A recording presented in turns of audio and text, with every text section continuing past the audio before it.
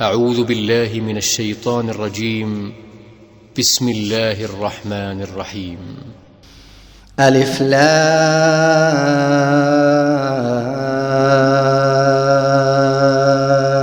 را، تلك آيات الكتاب المبين. إنا أنزلناه قرآنا عربيا لعلكم تعقلون. نحن نقص عليك أحسن القصص بما أوحينا إليك هذا القرآن وإن كنت من قبله لمن الغافلين. إذ قال يوسف لأبيه يا أبت إني رأيت 11 كوكبا والشمس والقمر رأيتهم لي ساجدين. قال يا بني لا تقصص رؤياك على إخوتك فيكيدوا لك كيدا إن الشيطان للإنسان عدو مبين. إن الشيطان للإنسان عدو مبين. وكذلك يجتبيك ربك ويعلمك من تأويل الأحاديث ويتم نعمته عليك وعلى آل يعقوب كما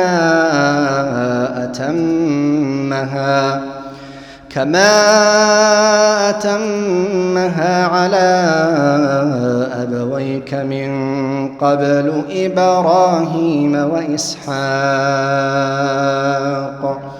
إن ربك عليم حكيم. لقد كان في يوسف وإخوته آيات للسائلين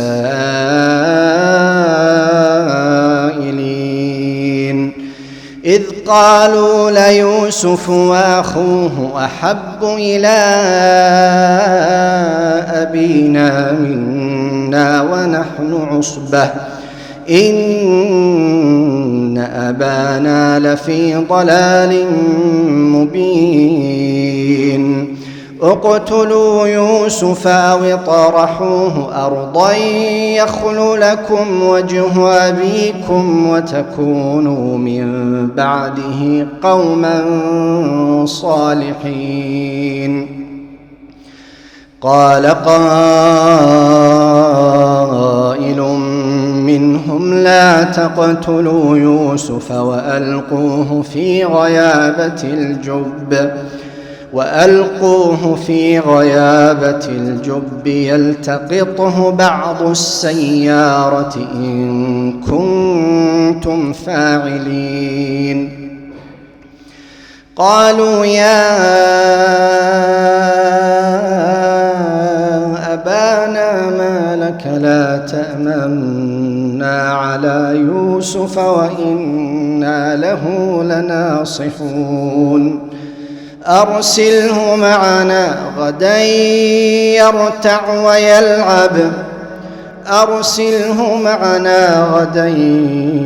يرتع ويلعب وإنا له لحافظون.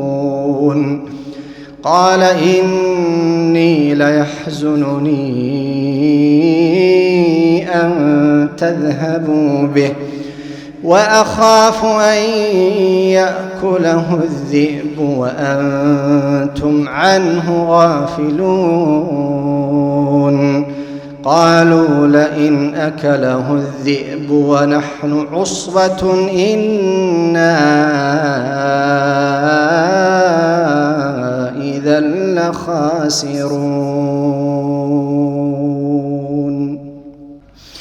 فلما ذهبوا به وأجمعوا أن يجعلوه في غيابة الجب وأوحينا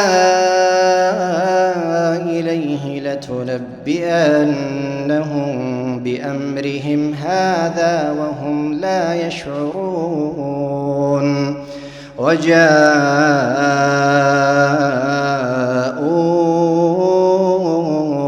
أباهم عشاء يبكون. قالوا يا أبانا إنا ذهبنا نستبق وتركنا يوسف عند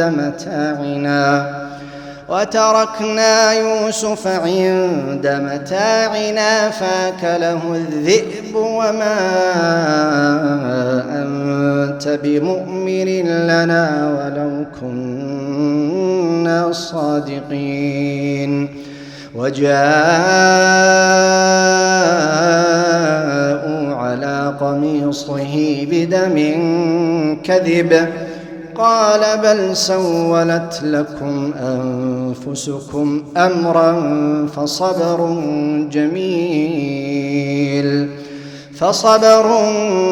جميل والله المستعان على ما تصفون. وجاءت سيارة فأرسلوا واردهم فأدلى دلوه قال يا بشرى هذا غلام.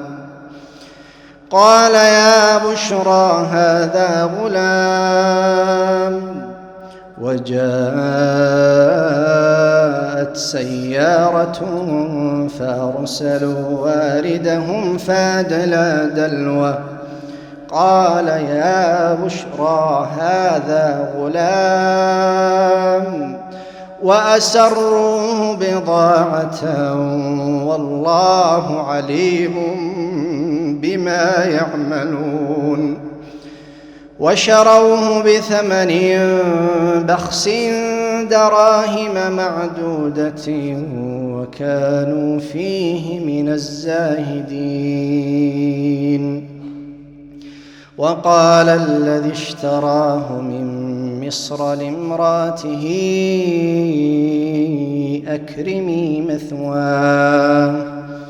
أكرمي مثواه عسى أن ينفعنا أو نتخذه ولدا.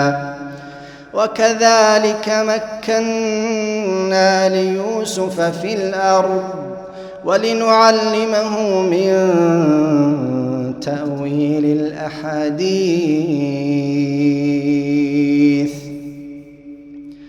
والله غالب على أمره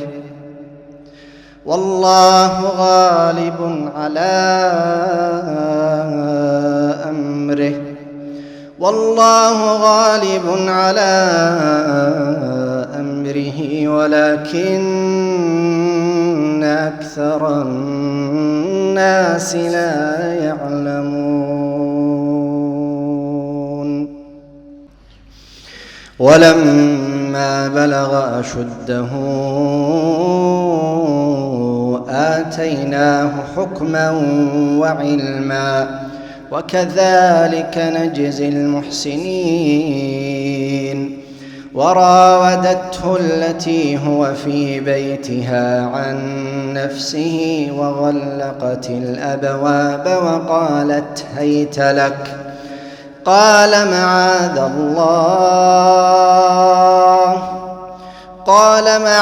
الله إنه ربي أحسن مثواي إنه لا يفلح الظالمون. ولقد همت همت به وهم بها لولا أن رأى برهان ربه كذلك لنصرف عنه السوء والفحشاء إنه من عبادنا المخلصين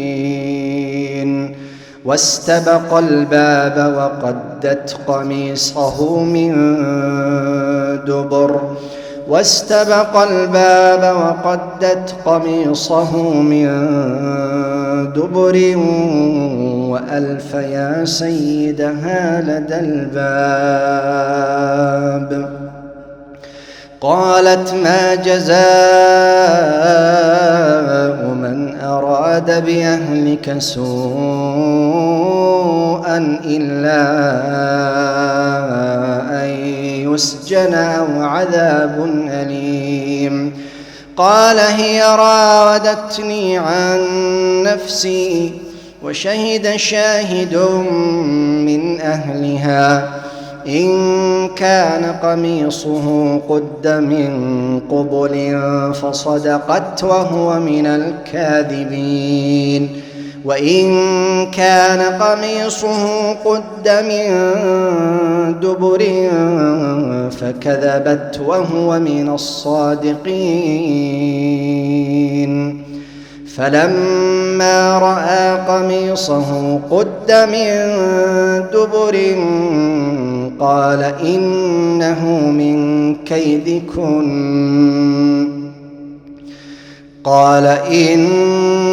من كيدكن إن كيدكن عظيم يوسف أعرض عن هذا واستغفري لذنبك إنك كنت من الخاطئين وقال نسوة في المدينة امرأة العزيز تراود فتاها عن نفسه قد شغفها حبا إنا لنراها في ضلال مبين فلما سمعت بمكرهن أرسلت إليهن وأعتدت لهن متكأ وآتت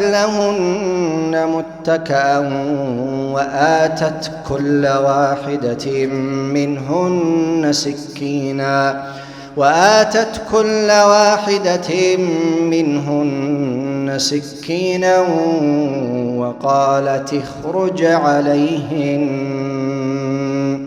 فلما رأينه أكبرنه وقطعن أيديهن وقلن حاش لله ما هذا بشرا إن هذا إلا ملك كريم قالت فذلكن الذي لمتنني فيه ولقد راودته عن نفسه فاستعصم ولئن لم يفعل ما آمره ليسجنن وليكون من الصاغرين قال رب السجن أحب إلي مما يدعونني إليه وإلا تصرف عني كيدهن أصب إليهن وأكن من الجاهلين فاستجاب له ربه فصرف عنه كيدهن إنه هو السميع العليم ثم بدا لهم من بعد ما رأوا الآيات ليسجننه حتى حين. ودخل معه السجن فتيان قال أحدهما إني أراني أعصر خمرا وقال الآخر إني أراني أحمل فوق رأسي خبزا تأكل الطير منه نبئنا بتأويله إنا نراك من المحسنين. قال لا يأتيكما طعام ترزقانه إلا نبأتكما بتأويله قبل أن يأتيكما ذلكما مما علمني ربي إني تركت ملة قوم لا يؤمنون بالله وهم بالآخرة هم كافرون واتبعت ملة آبائي إبراهيم وإسحاق ويعقوب ما كان لنا أن نشرك بالله من شيء ذلك من فضل الله علينا وعلى الناس ولكن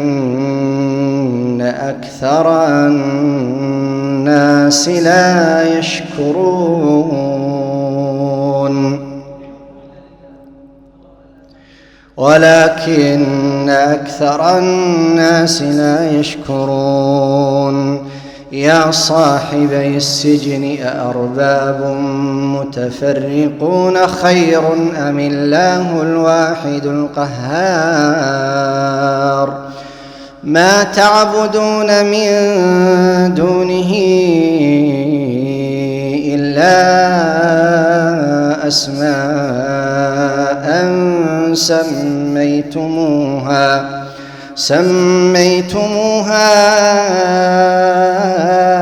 أنتم وآباؤكم ما أنزل الله بها من سلطان إن الحكم إلا لله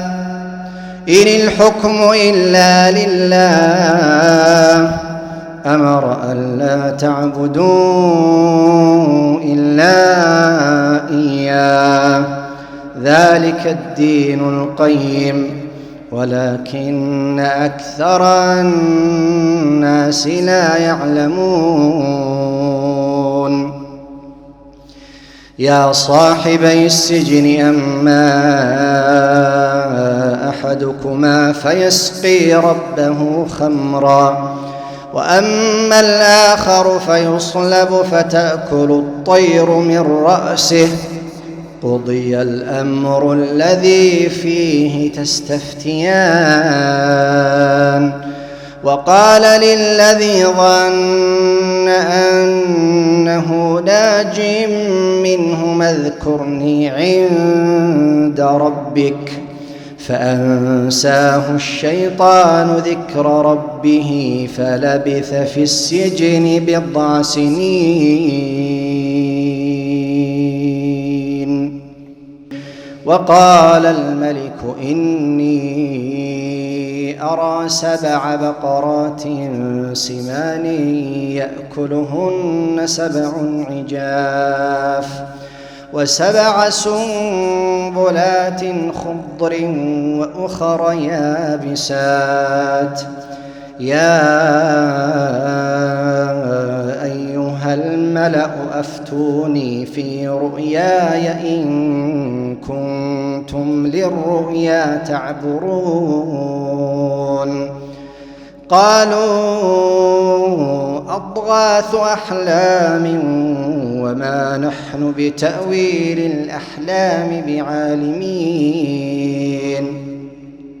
وقال الذي نجا منهما وادكر بعد أمة أنا أنبئكم بتأويله فأرسلون. يوسف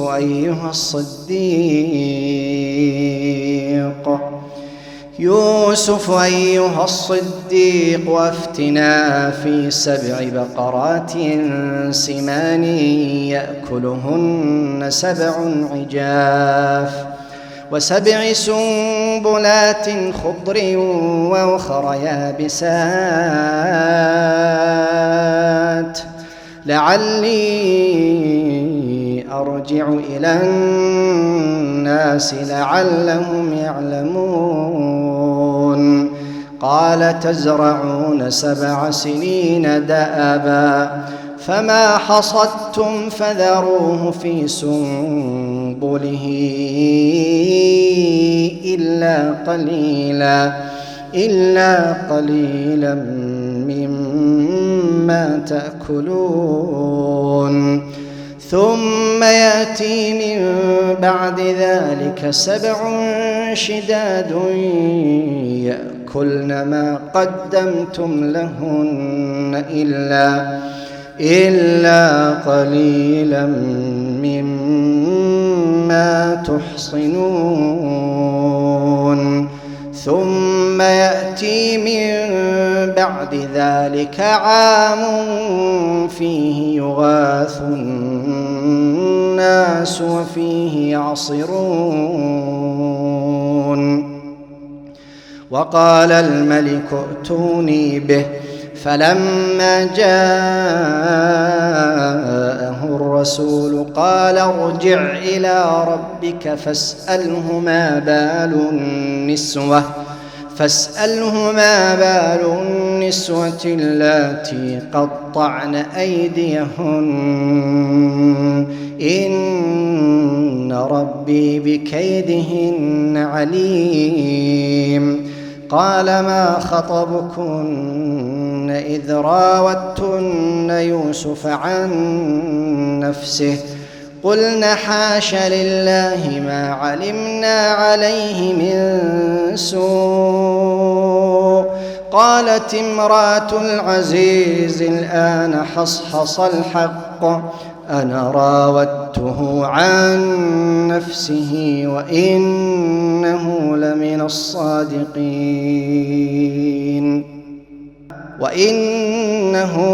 الصادقين. ذلك ليعلم أني لم أخنه بالغيب وأن الله لا يهدي كيد الخائنين. وما أبرئ نفسي إن النفس لأمارة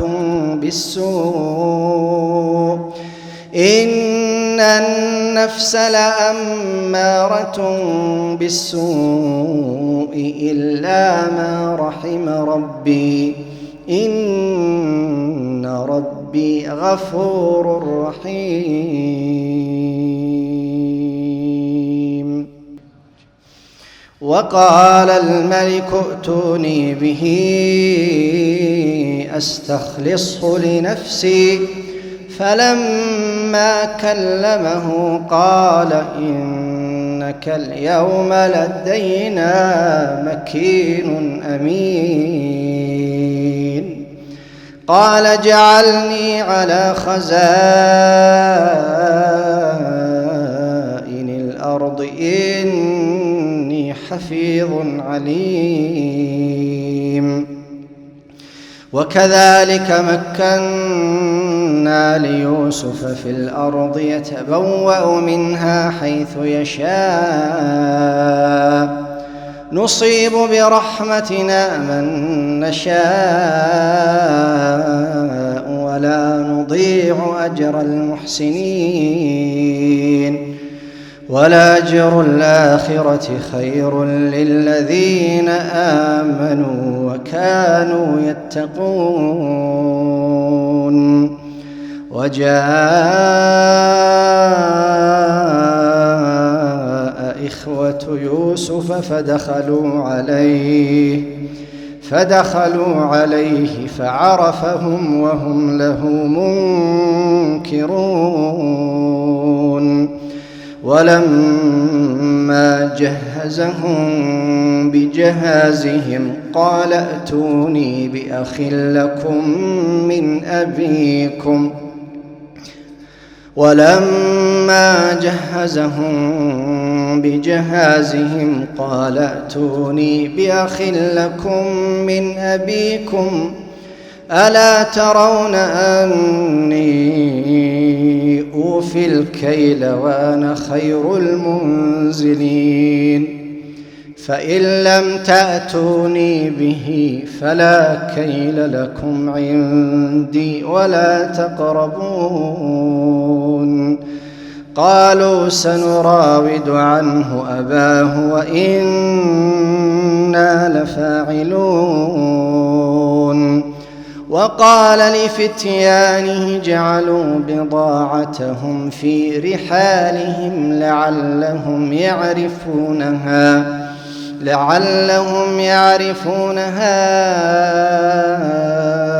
إذا انقلبوا إلى أهلهم لعلهم يرجعون.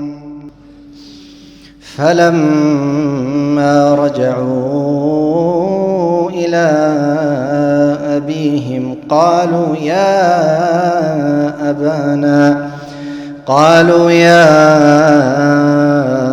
أبانا منع منا الكيل فأرسل معنا أخانا نكتل وإنا له لحافظون.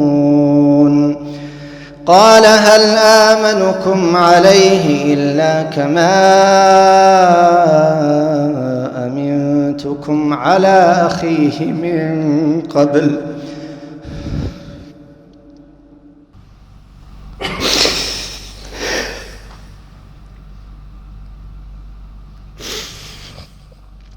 فالله خير حافظا.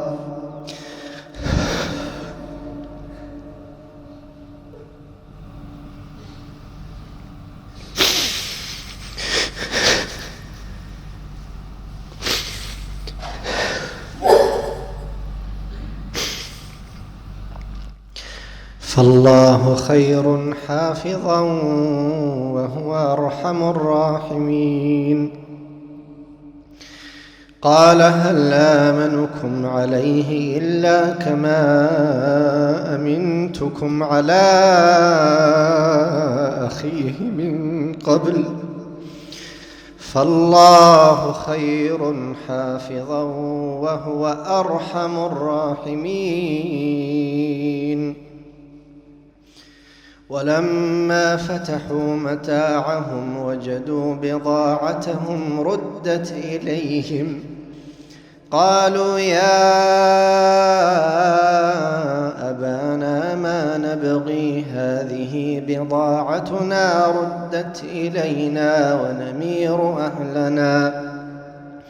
ونمير أهلنا ونحفظ أخانا ونزداد كيل بعير ذلك كيل يسير. قال لن أرسله معكم حتى تؤتون موثقا من الله لتأتونني به إلا أن يحاط بكم. فلما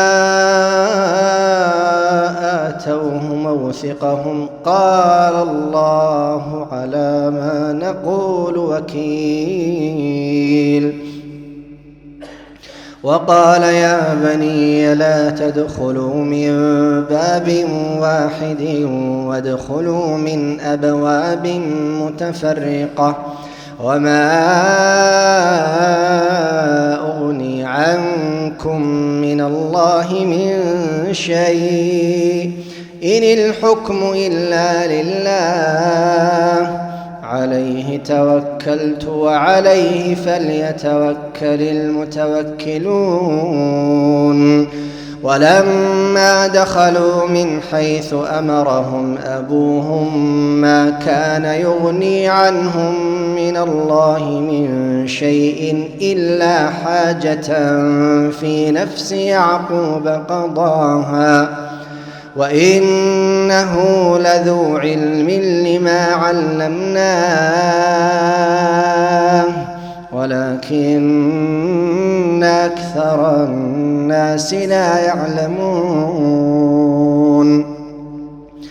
ولما دخلوا على يوسف آوى إليه أخاه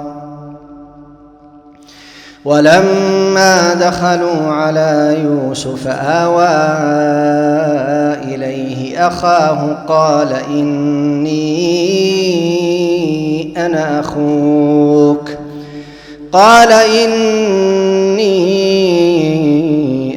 أخوك فلا تبتئس بما كانوا يعملون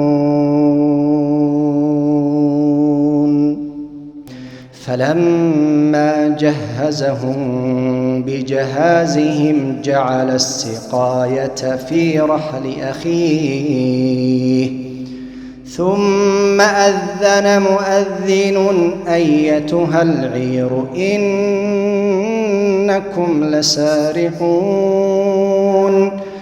قالوا وأقبلوا عليهم ماذا تفقدون قالوا نفقد صواع الملك ولمن جاء به حمل بعير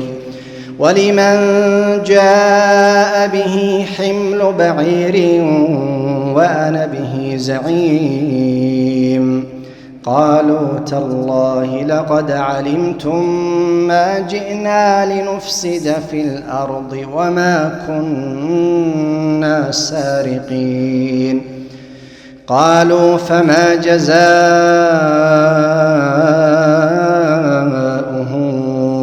إن كنتم كاذبين قالوا جزاؤه من وجد في رحله فهو جزاؤه كذلك نجزي الظالمين فبدأ بأوعيتهم قبل وعاء أخيه ثم استخرجها من وعاء أخيه كذلك كدنا ليوسف ما كان ليأخذ أخاه في دين الملك إلا أن يشاء الله نرفع درجات من نشاء وفوق كل ذي علم عليم قالوا إن يسرق فقد سرق أخ له من قبل فأسرها يوسف في نفسه ولم يبدها لهم قال أنتم شر مكانا والله أعلم بما تصفون قالوا يا أيها العزيز إن له أبا شيخا كبيرا فخذ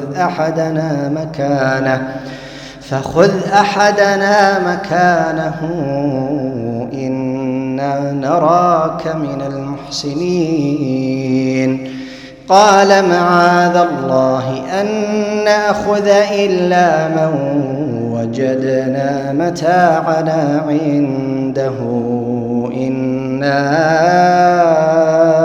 إذا لظالمون فلما استيئسوا منه خلصوا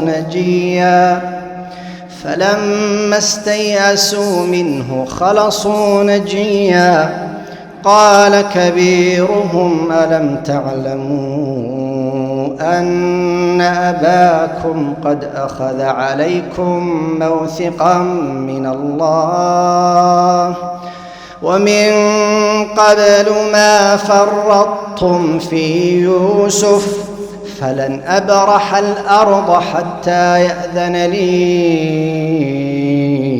أبي أو يحكم الله لي وهو خير الحاكمين ارجعوا إلى أبيكم فقولوا يا أبانا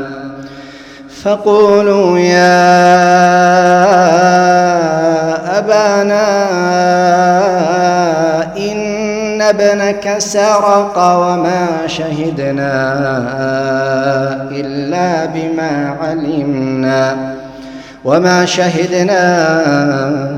إلا بما علمنا وما كنا للغيب حافظين واسأل القرية التي كنا فيها والعير التي أقبلنا فيها وإنا لصادقون قال بل سولت لكم أنفسكم أمرا فصبر جميل عسى الله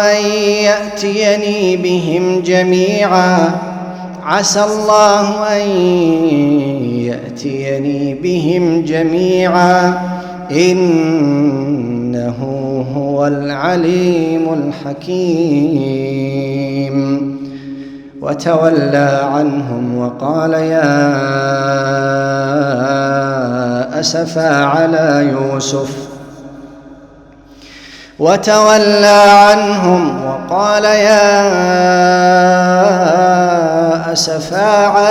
يوسف وابيضت عيناه من الحزن فهو كظيم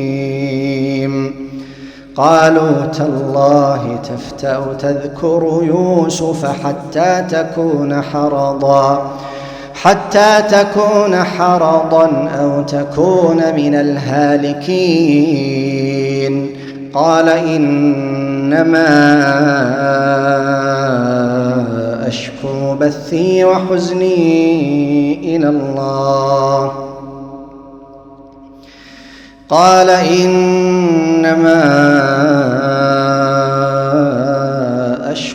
بثي وحزني إلى الله وأعلم من الله ما لا تعلمون يا بني يذهبوا فتحسسوا من يوسف وأخيه ولا تيأسوا من روح الله إنه لا ييأس من روح الله إلا القوم الكافرون فلما دخلوا عليه قالوا يا أيها العزيز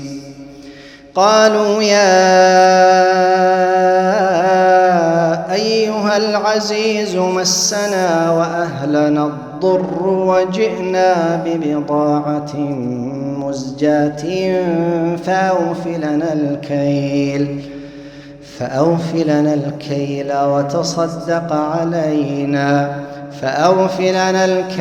وتصدق علينا إن الله يجزي المتصدقين قال هل علمتم ما فعلتم بيوسف وأخيه إذ أنتم جاهلون قالوا أئنك لأنت يوسف قال أنا يوسف وهذا أخي قال أنا يوسف وهذا أخي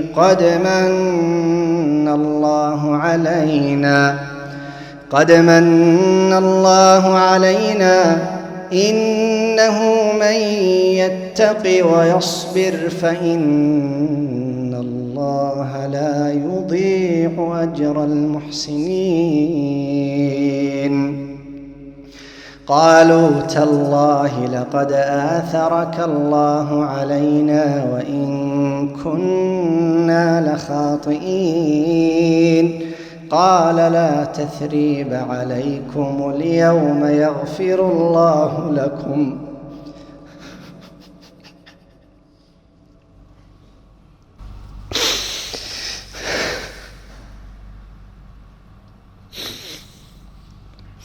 قالوا تالله لقد آثرك الله علينا وإن كنا لخاطئين قال لا تثريب عليكم اليوم يغفر الله لكم وهو أرحم الراحمين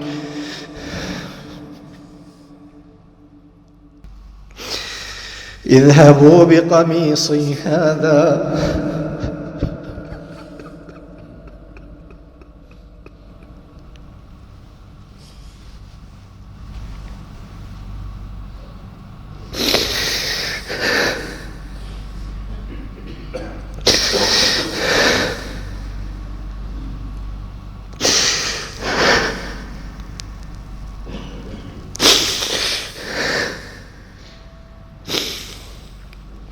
اذهبوا بقميصي هذا فألقوه على وجه أبي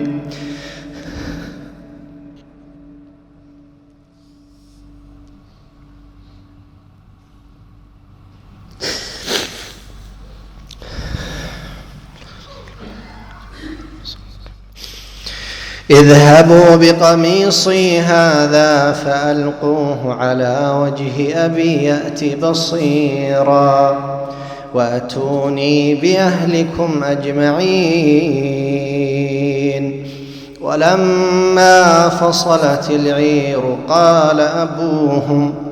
قال أبوهم إني لأجد ريح يوسف لولا أن تفندون قالوا تالله إنك لفي ضلالك القديم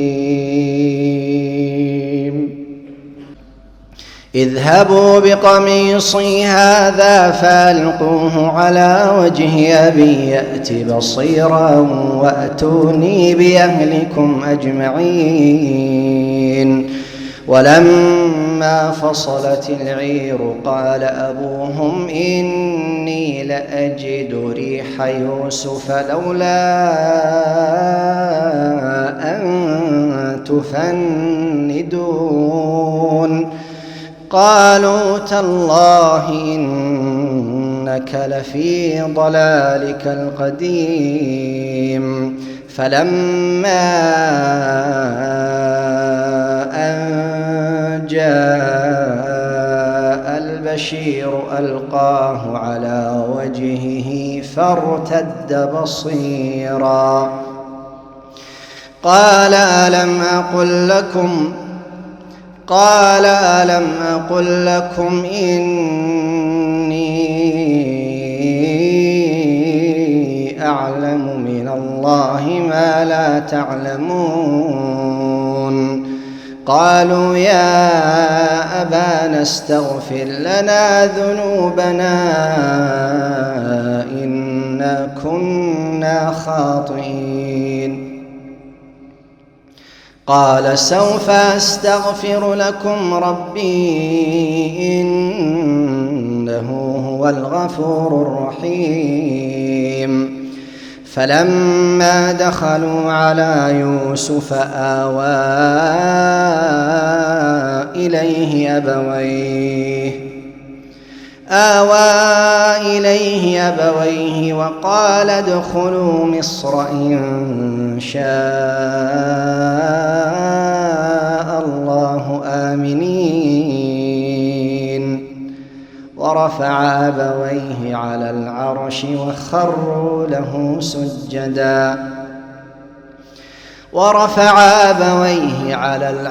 وخروا له سجدا وقال يا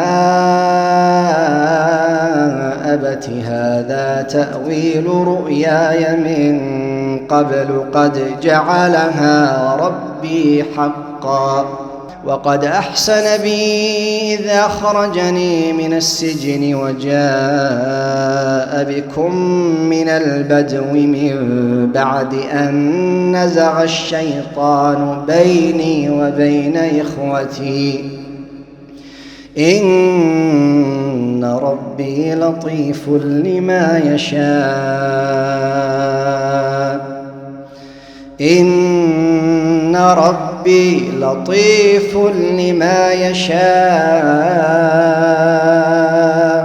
إنه هو العليم الحكيم. رب قد آتيتني من الملك وعلمتني من تأويل الأحاديث فاطر السماوات والأرض أنت ولي في الدنيا والآخرة توفني مسلما وألحقني بالصالحين. ذلك من أنباء الغيب نوحيه إليك وما كنت لديهم إذ أجمعوا أمرهم وهم يمكرون. وما أكثر الناس ولو حرصت بمؤمنين وما تسألهم عليه من أجر إن هو إلا ذكر للعالمين. وكأي من آية في السماوات والأرض يمرون عليها وهم عنها معرضون. وكأي من آية في السماوات والأرض يمرون عليها وهم عنها معرضون. وما يؤمن أكثرهم بالله إلا وهم مشركون. أفأمنوا أن تأتيهم غاشية من عذاب الله أو تأتيهم الساعة بغتة وهم لا يشعرون. قل هذه سبيلي أدعو إلى الله على بصيرة أنا ومن اتبعني وسبحان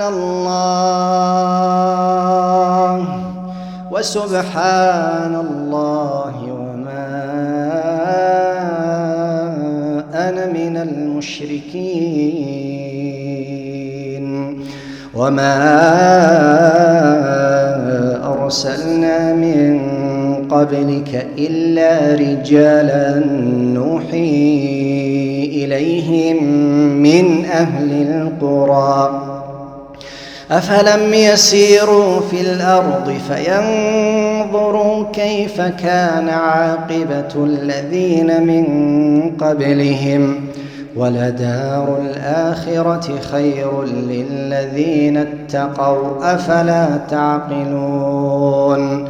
ولدار الآخرة خير للذين اتقوا أفلا تعقلون حتى إذا استيأس الرسل وظنوا أنهم قد كذبوا جاءهم نصرنا فنجي من نشاء ولا يرد بأسنا عن القوم المجرمين لقد كان في قصصهم عبرة لأولي الألباب لقد كان في قصصهم عبرة لأولي الألباب ما كان حديثا يفترى ولكن تصديق الذي بين يديه وتفصيل كل شيء وهدى ورحمة لقوم